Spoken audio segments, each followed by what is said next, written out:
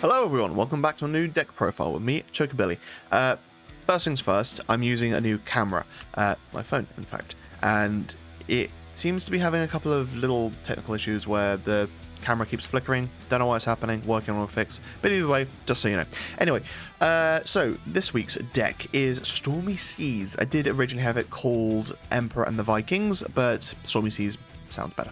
And as you can obviously tell, it is a Viking based deck. However, it's got a few bits of spice in there. So the idea of this deck came about by utilizing a card that isn't particularly great, but Yosef. So if you control a card named Furion, Yosef gains plus 2,000 power, and when Yosef attacks, draw one card, and then when Yosef enters the field, you may play one category 2 forward, cost 3 less from your hand, onto the field. So, the best way to be able to utilize Yosef consistently is by having the backup Furion. Now, there's only one of those, and that is in Lightning, so you're forced to go into Water Lightning. We're going to force to, but probably the best way to do it. And so that means that, you know, you've got something like Furion and Yosef on the field. Yosef, when he comes onto the field, can play a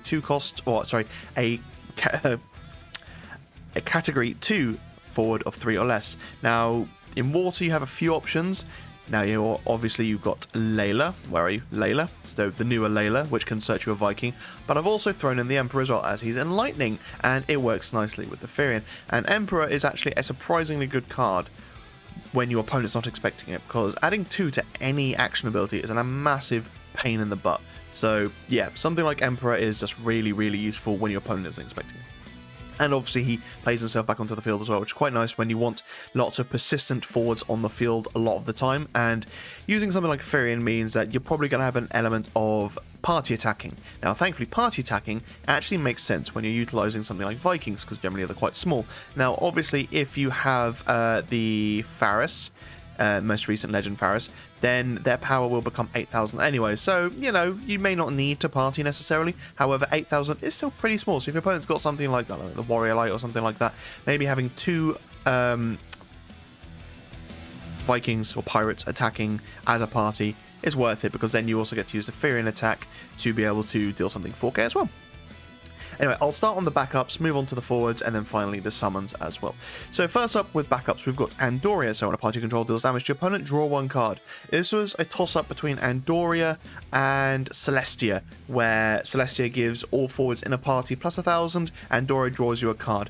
Now, obviously the theme of this deck is Vikings, and therefore you're going to be drawing a lot already, but I kind of wanted to lean into that as well, because, you know, ultimately, you're going to be drawing a lot and accelerating pretty quickly using things like Viking, also stuff like Yosef, who potentially draws you a card on attack as well. So using something like Andoria really is just a drop in the water. Pun definitely intended. But it means that you can hopefully find the answers you need sooner, because you kind of need to keep up the acceleration and the just aggression with this style of deck, because if your opponent is able to, you know, maybe board wipe you once or twice, and you're just drawing stupid amounts of cards from this as well, then all they've got to do is just wait and stall you out, and then all of a sudden you don't have any cards left in your deck. So, having something like Andoria that gets you there a bit quicker might be worth it.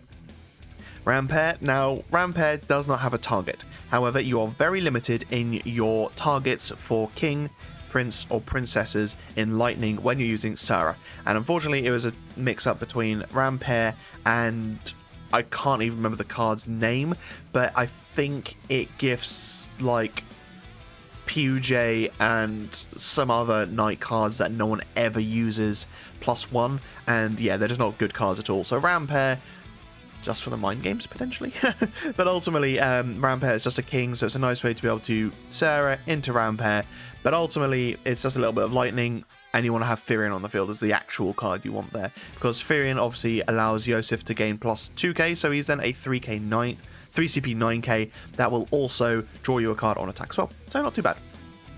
Next up we have Gordon, so a Prince, also searchable off of Sarah, so if you manage to get a Furion early, then you can play him onto the field naturally, hopefully, and then maybe you play Sarah into a Gordon. And then you've got Loperet as well, obviously fantastic water card, allows you to keep on, you know, going through your deck looking for the cards you need. And then finally Sarah can search you a Gordon, can search you a Rampair, cannot search you a Andoria. So for some reason Sarah can only search princesses, princes, and kings, not queens. So that's the only one of the 4 that she can't get you. So bear that in mind. But either way, she is, if you've ultimately seen all your Gordons or all your Rampairs, she can also search herself as well if you wanted to, just to get it out of the deck. Right, next up we're on forwards. So Vikings. Vikings are Vikings, right? I don't need to explain them. Enters the field, draw a card. Enters the field, reveal top 5, plays a Viking of 3 or less, which means it can play the newer Layla as well, which isn't too bad. That will then search you another Viking, potentially searching this one, which then you can obviously play more onto the field, hopefully. And then you've got the Viking that draws a card upon entry and leaving the field. I do not have the Viking that draws you a card when leaving the field. The reason behind that is that leaving the field is just too late for it to be worthwhile, in my opinion. You need the draw instantly.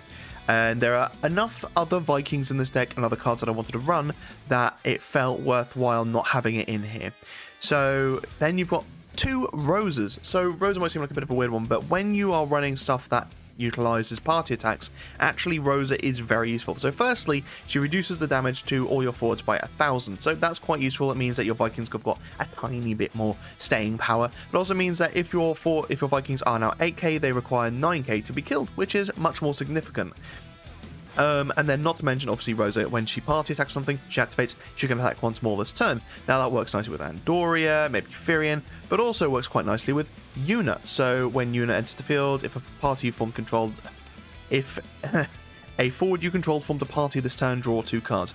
Worth noting that the forwards don't have to be on the field when you play Yuna. All that has to have happened is that forwards you controlled formed a party. If they both die, doesn't matter. Yuna enters, you get draw 2 cards. But then when Yuna forms a party or attacks, choose on forward, loses 4,000 power for each attacking a forward until the end of the turn.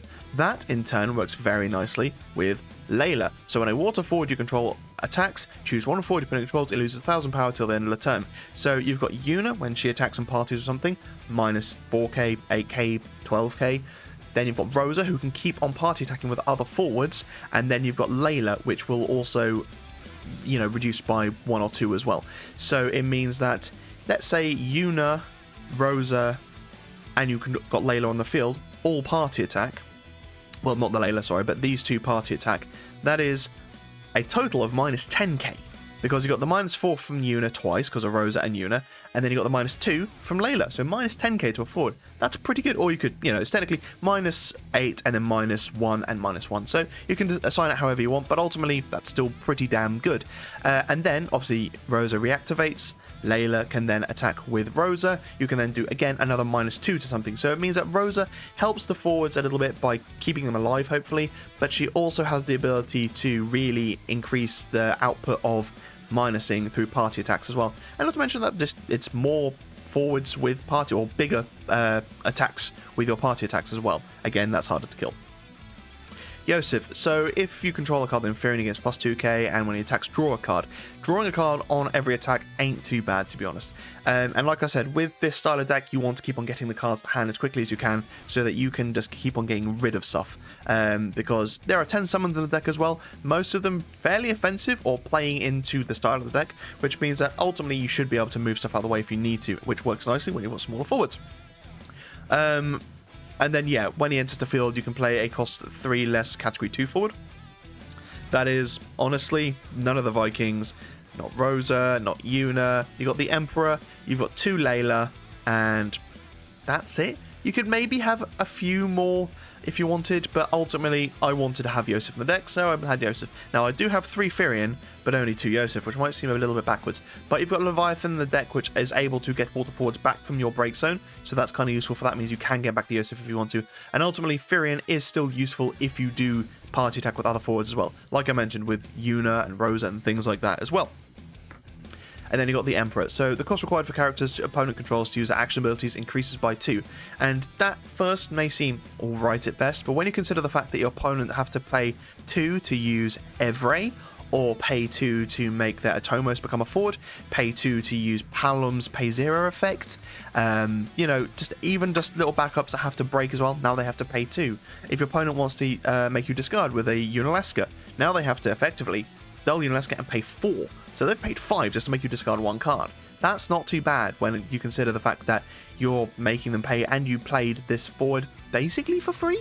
And then when it dies, obviously you can play another one onto the field as well. Now with the Emperor, you want to be playing him as soon as you get him, because as soon as you get another Emperor to hand, it starts to lose its effectiveness. Now, obviously, you can still play them onto the field if you really wanted to, but part of the great thing about the Emperor is the fact that you can safely block with him and know that if, as long as you've got more in the deck, you will be able to attack with him the following turn because he enters again when he dies. Now, you could throw more Emperor into this deck if you really wanted to.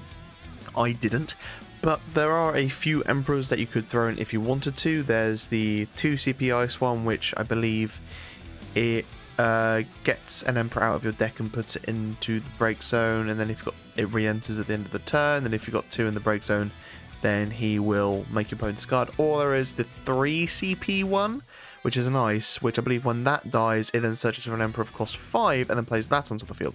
But then you're starting to put a lot of Emperor in the deck, and it's then just becoming an Emperor deck, and they're in the wrong element, so you don't really have to. And I thought just having 3 of these at some point is actually not that bad when they're playable off of Yosef, and again, just hindering your opponent a little bit.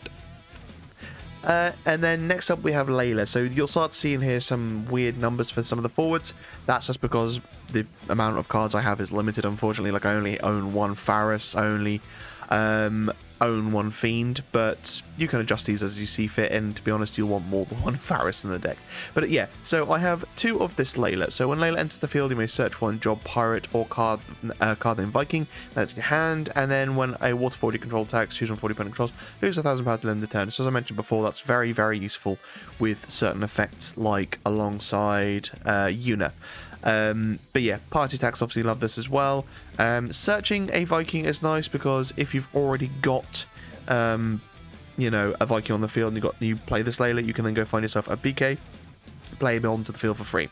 So that is ultimately, she's a bit more of a consistency engine. Now I also run this with the old Layla as well, because she can play Vikings of 3 or less onto the field as well, which 9 times out of 10 will be the 3-cost Viking, because it'll be getting you more cards to hand.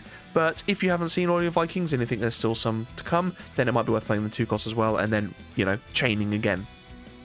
But ultimately, they're both pretty small forwards that require you having something like Faris. So obviously, I'm going to jump just to Faris now, but Faris makes it so that all your Job Pirate forwards or card named Viking forwards, other than Faris, become 8,000 power. Which is, you know, just pretty good, because Vikings like to accelerate pretty fast, and then having out of AKs is good. One problem is you remove Faris, then everything dies as well. All you've got to do is an AK board wipe, and then Faris is probably going to die, at which point everything else is going to die as well. But that's one of the reasons for having Rosa in here. It's just an added form of protection for Faris. And obviously she has her own effect of choosing summoner ability, choosing only Faris. You may choose another water forward you control. So yeah, being able to choose something like a Viking, which will draw you some cards at the very least, is quite nice as well. Now actually the Fiend might be an interesting one as well, because during this turn, when your opponent casts a summon for the first time that turn, that cancels its effect. So that's nice for, you know, maybe some board wide summons like Fat Chocobo or Salamander.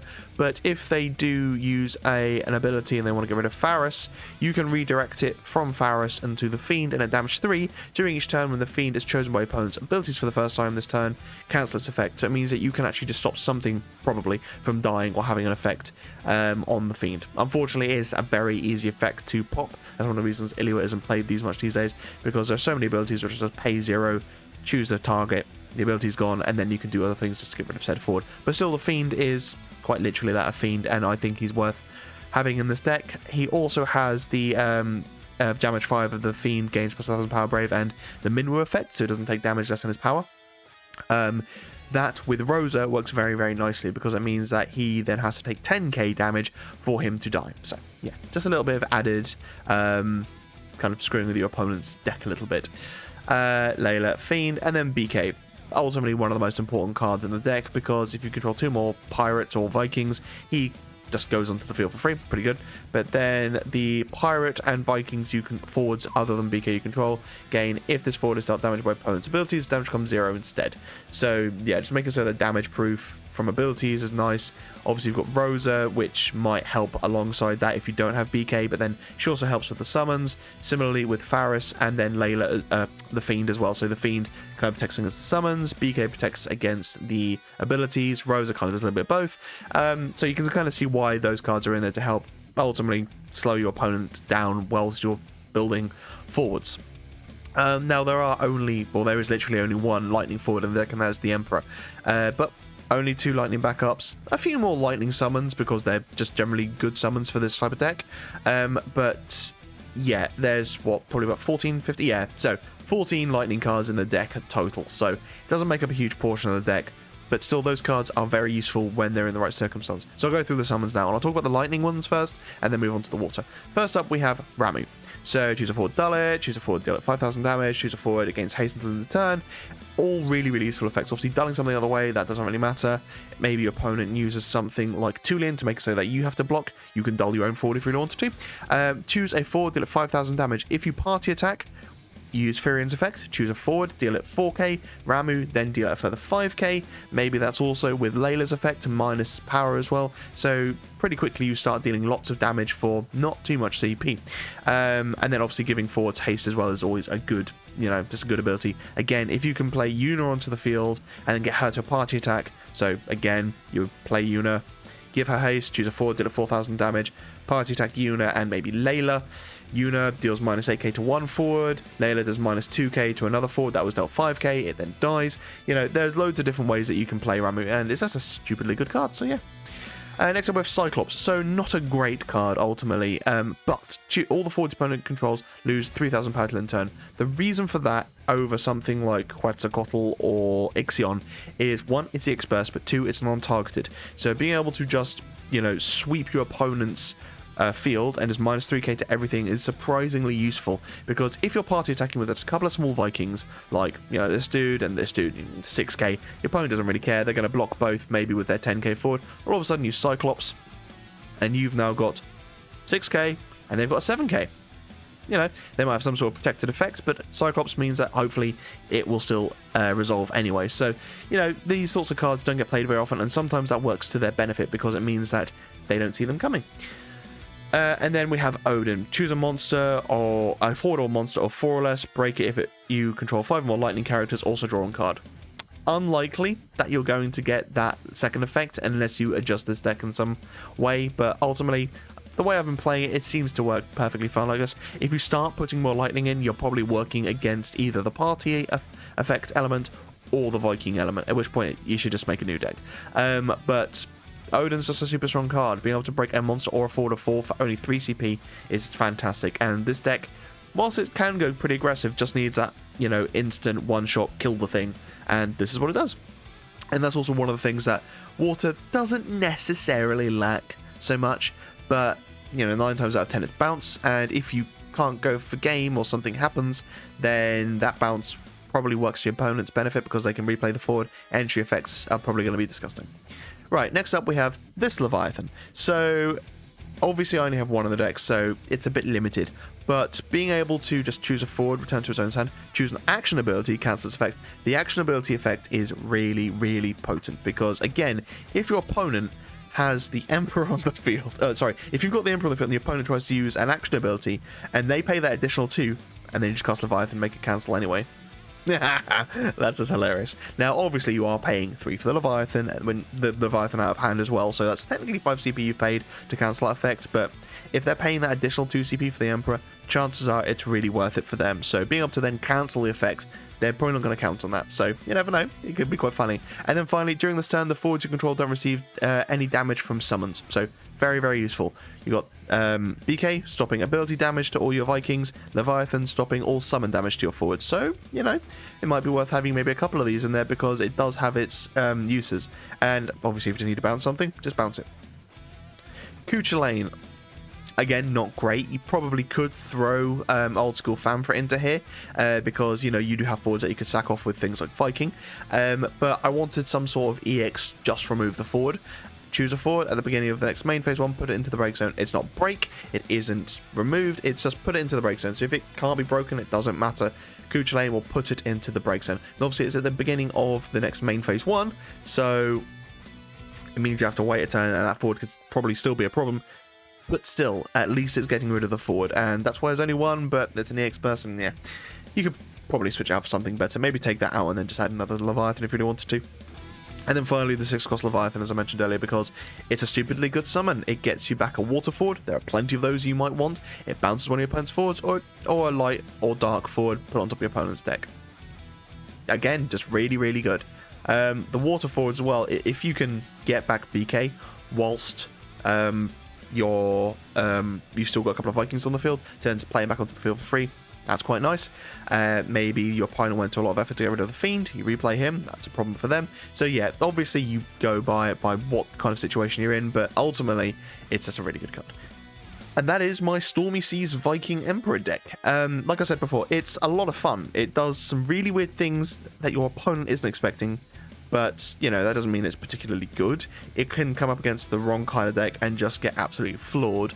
But that's why I've put some of these other kind of mechanics in there to try and hopefully protect from things like Rosa and the Fiend, and obviously got BK as well, things that you would expect. The Emperor actually threw a lot of my opponents when playing this deck through a loop because they have to pay so much more.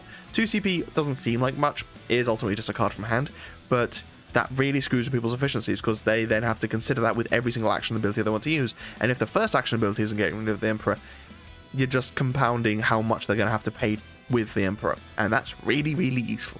But yeah, ultimately I actually really enjoyed this deck. Yosef was working a lot better than I expected. Yuna, the entry effect of drawing 2 cards from a party attack is so good, and if you party attack with just a Viking and Layla, minus 2k to one of your opponent's forwards, with the Furion there waiting, your opponent's like, no, I'm gonna lose my forward otherwise, so you end up letting a point of damage through. Turns out you got Andoria, you draw a card, you then play Yuna, you draw 2 more cards, and yeah, it's a really, really fun deck to play. Again, come up against the wrong deck and you're screwed, but 9 times out of 10 this was quite fun and didn't do too badly. It persisted quite well. It just, yeah, you have to be in the right matchup, but that's the same with every deck anyway. How would you guys change this though? What would you put in? How have you guys built Vikings? Because obviously Vikings has done the round now, we're nearly the end of the set, and Vikings has been here for some time, but it's nice to see these sorts of cards get a revitalization. I know a lot of people like to run things like Hippocampus and obviously Tross, things like that, but I wanted to focus more on the lightning side of things, and that's where you can see some of the bigger kind of win cons that water would use, so things like Leviathan, Tross, that sort of stuff, have been taken out and replaced with lightning cards. Not lightning cards that aren't nearly as good as those cards, but still they have their effects, and that's why I want them in here. Anyway, thank you so much for watching, guys. Stay safe, be lucky, and I'll see you in the next video.